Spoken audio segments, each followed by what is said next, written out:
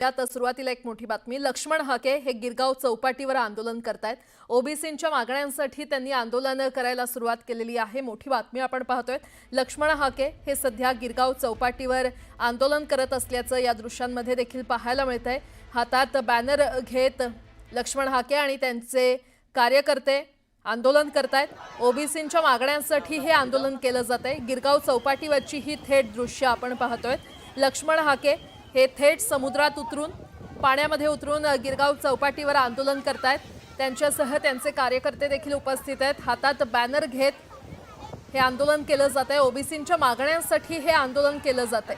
आपण दृश्यांमध्ये पाहू शकतोय लक्ष्मण हाके हे गिरगाव चौपाटीवर जात त्यांच्या कार्यकर्त्यांसह त्यांनी आंदोलन करायला सुरुवात केली आहे।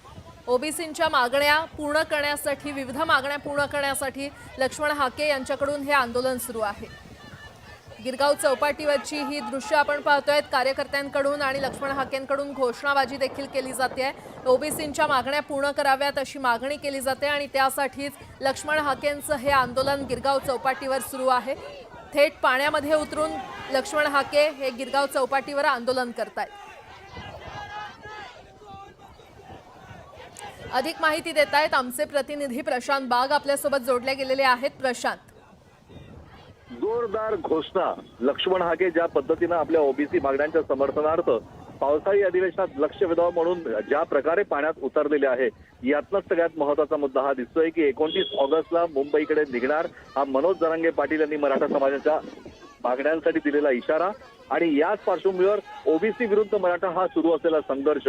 मराठ्यांना आरक्षण द्यायला हरकत नाही, पण मात्र ओबीसीच्या हक्कावर गदा आणू नका, मराठ्यांना ओबीसी संवर्गात समाविष्ट करू नका, या आपल्या मागण्या याच्यावर अत्यंत आग्रही आणि ठाम भूमिका लक्ष्मण हाके आणि त्यांच्या सहकाऱ्यांनी घेतली आहे। हे स्पष्टपणे दिसून येत आहे। एकीकडे सुरू असलेलं पावसाळी अधिवेशन आणि याच अधिवेशनामध्ये लक्ष्मण हाके यांनी घेतलेली भूमिका आणि या प्रकारे आंदोलन जे सुरू केलेलं आहे। आता या ठिकाणी तैनात असलेले जीवरक्षक तटदल जे आहे ते सगळेच या सगळ्या विषयातनं होतील, चर्चा होतील, समन्वय होतील, या सगळ्या गोष्टी होतील। पण हे होत असताना आपल्या मागण्यांसाठी किती आग्रही असू शकतो हे याचं स्पष्ट दिसतंय।